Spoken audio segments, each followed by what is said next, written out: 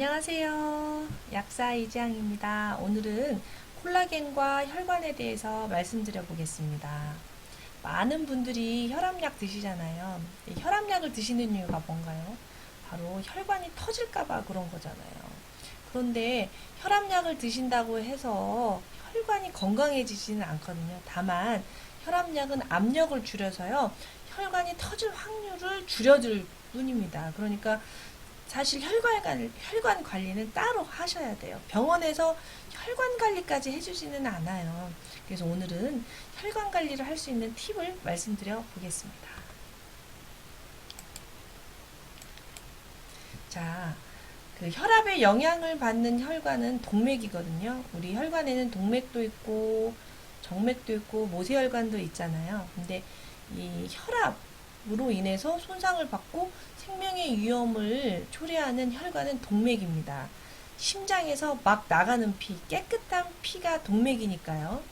동맥은 심장의 압력으로 온몸으로 피를 뿜어내는 혈관을 말합니다. 그러면 동맥의 구조를 한번 보겠습니다. 동맥은 내막, 중막, 외막 이렇게 막 세 개로 단단하게 이루어지는 질긴 혈관인데요. 내막이 바로 혈액이 흐르는 가장 안쪽의 막이고요. 중막은 내막과 외막 사이에서 혈관의 탄력성을 담보해서 혈관의 수축과 이완을 담당하는 아주 중요한 막입니다. 중막이라고 하죠. 자, 보시면 이게 평활근이고요. 평활근 앞뒤로 탄성, 결합 조직이 있고요. 그리고 이 중막을 보호하는 외막이 있습니다. 이 외막에는 혈관이 들어있어요. 혈관도 세포기 때문에 동맥에 혈액을 공급하는 미세혈관이 박혀 있고요. 이 동맥이 또 결합 조직과 연결되어 있습니다. 이 결합 조직이 바로 또 콜라겐하고 엘라스틴이니까 외막 바깥으로도 콜라겐이 있고 중막에도 콜라겐이 있고, 그러니까 혈관에 콜라겐이 얼마나 중요한지 아시겠죠? 자, 이 그림을 잘 보세요. 자, 그러면 정맥은 어떨까요? 정맥도 사실 동맥하고 아주 유사해요. 다만 정맥은 심장의 압력을 받지 않기 때문에 동맥보다 좀 얇아요. 동맥은 심장의 압력을 받기 때문에 좀 두꺼워야겠죠. 아니면 그냥 터져버리잖아요. 그럼 큰일이 나잖아요. 그래서 이 그림으로 보시면 쉽게 이해될 텐데, 동맥은 이렇게 막이 두껍습니다. 보이시죠? 중막이 두껍죠? 그런데 정맥은 그림에서 보는 것처럼 동맥에 비해서 얇아요. 대신에 뭐가 있냐면 판막이 있어요. 역류하지 않게, 거꾸로 흐르지 않게 판막, 이 차이만 있지 동맥과 정맥은 다 내막, 중막, 외막으로 이루어져 있고요. 이 중막에 콜라겐과 엘라스틴이 혈관의 탄성을 좌우한다는 거, 이것이 핵심입니다. 자, 이제 우리가 혈압을 재러 가면은요, 120에 80, 요걸 기준으로 해서 높다 낮다 하잖아요. 이제 120을 수축기 혈압이라고 하고, 80을 이완기 혈압이라고 해요. 그런데 나이가 들면, 즉 노화가 되면은요, 수축기 혈압이 좀 높아요. 그 젊은 사람의 고혈압은 이완기 혈압이 좀 높아요. 자, 이완기 혈압 얘기는 다음에 얘기하고요. 오늘은 이제 수축기 혈압만 말을 할 건데요. 수축기 혈압이 뭐냐? 심장에서 막 나간 피, 이게 짜주는 피, 그때 받는 혈관의 압력, 이거를 수축이라고 해요. 수축기라고.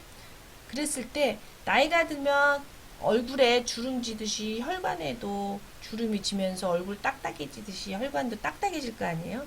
자, 콜라겐이 부족해지니까 혈관이 딱딱해지는 건데, 콜라겐이 부족해도 우리 몸은 어떻게 해서든지 온몸에 혈액을 공급을 해야 되잖아요. 그럼 어떻게 되냐면요, 나이가 들수록 평활근이 두꺼워져요. 아까 제가 말씀드렸잖아요. 여기 중막에는 평활근과 콜라겐, 엘라스틴으로 이루어져 있다고. 젊은 사람들은 콜라겐과 엘라스틴이 비율이 높고요. 나이가 들면 들수록 평활근의 비율이 높아지는 이유가, 평활근이라도 많아져서 온몸에 혈액을 보내기 위한 생명의 본능이에요. 평활근은 자율신경의 지배를 받거든요. 교감신경이 수축이 되면, 교감신경이 흥분이 되면 평활근이 수축을 해요. 수축을 한다는 건 혈액을 혈관을 쥐어짠다는 거고, 쥐어짜게 되면은 혈액이 잘 좀 더 많이 흐르겠죠. 그래서 네, 다시 볼게요. 나이가 드시면 평활근이 두꺼워지고요. 두꺼워져서 수축기 고혈압이 높아져요. 왜 그러겠어요? 평활근이 두꺼워진다? 혈관이 좁아지는 거죠.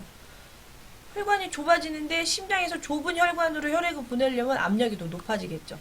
그래서 노화로 인한 고혈압은 앞에 120 이쪽이 높아지는 거죠. 근데 이 좁은 혈관으로 혈액을 보내려니까 심장이 힘들어지겠죠. 그럼 심장이 일을 많이 하겠죠. 우리가 운동을 많이 하면 근육이 두꺼워지듯이 심장이 일을 많이 하게 되니까 심장 근육이 두꺼워집니다. 그래서 심비대가 일어나죠. 그리고 혈관 내피세포에 찌꺼기가 많이 낀다면 죽상 동맥 경화로 갈 확률이 높은 거죠. 혈관은 딱딱해지고 찌꺼기가 낀다. 죽상, 죽처럼 혈전이 생긴다 해서 죽상 동맥 경화. 요게 이제 질병으로 뇌경색, 심근경색으로 이어져서 굉장히 생명이 위험한 질환으로 될 확률이 있기 때문에 콜라겐을 미리미리 드신다면은 이런 그 생명이 위험한 질환에서 훨씬 자유로울 수 있겠죠. 그래서 나이가 드시면은요, 이런 생각해요. 예민해서 혈압이 오르는 건지, 우리가 그런 얘기 많이 하잖아요. 신경만 있으면 혈압 오른다. 예민해서 혈압이 오른 건지, 우리가 살으려고 혈관을 수축하다가 교감신경에 영향을 받아서 혈압이 오른 건지, 예민해진 건지 헷갈릴 때가 있단 말이죠. 그러니까 몸의 문제인지 마음의 문제인지, 그러니까 몸과 마음의 균형이 되게 중요하다. 이제 이런 생각을 하게 됩니다. 이런 공부하면서. 자, 그러면 정맥은 어떨까요? 정맥도 아까 말씀드린 대로 콜라겐이 많이 필요해요. 다만 동맥과 정맥은 하는 일이 좀 달라서, 동맥은 어쨌든 혈관을 이렇게 수축과 이완을 하면서 온몸으로 혈액을 보내야 되니까 탄력이 더 중요해요. 정맥보다 동맥이. 그래서 동맥에는 엘라스틴 섬유가 훨씬 많아요. 그런데 정맥은 혈액을 온몸으로 보내는 게 아니라 걷어들였다가 다시 심장으로 보내는 거기 때문에 정맥보다 훨씬 더 팽창이 중요합니다. 그래서 어떤 분들은 정맥을 혈액 저장고 이런 표현을 하기도 해요. 그러니까 정맥은 콜라겐 섬유를 더 많이 포함하고 있어요. 그래서 이 콜라겐이 부족해지잖아요. 그러면은 정맥이 필요 이상으로 이완이 돼 버리는 거예요. 탄력성이 없어진다는 거죠. 그래서 늘어나지는 거죠. 그러면은 어떻게 돼요? 여기에다가 또 판막도 제 기능을 못하고 이렇게 되면은 정맥류가 생기는 거죠. 하지정맥류. 또 하지정맥류의 대표가 또 치질입니다. 치질. 그러니까 치질 있는 분들도 콜라겐이 부족하다고 이해하시면 될 것 같아요. 그래서 이렇게 콜라겐은 정맥과 동맥, 모세혈관까지 다 영향을 미칩니다. 자, 그리고 제가 이 그림 하나 보여드릴 텐데요. 여기 보시면 피브로블라스트라고, 이게 한국말로 번역하면 섬유아세포예요.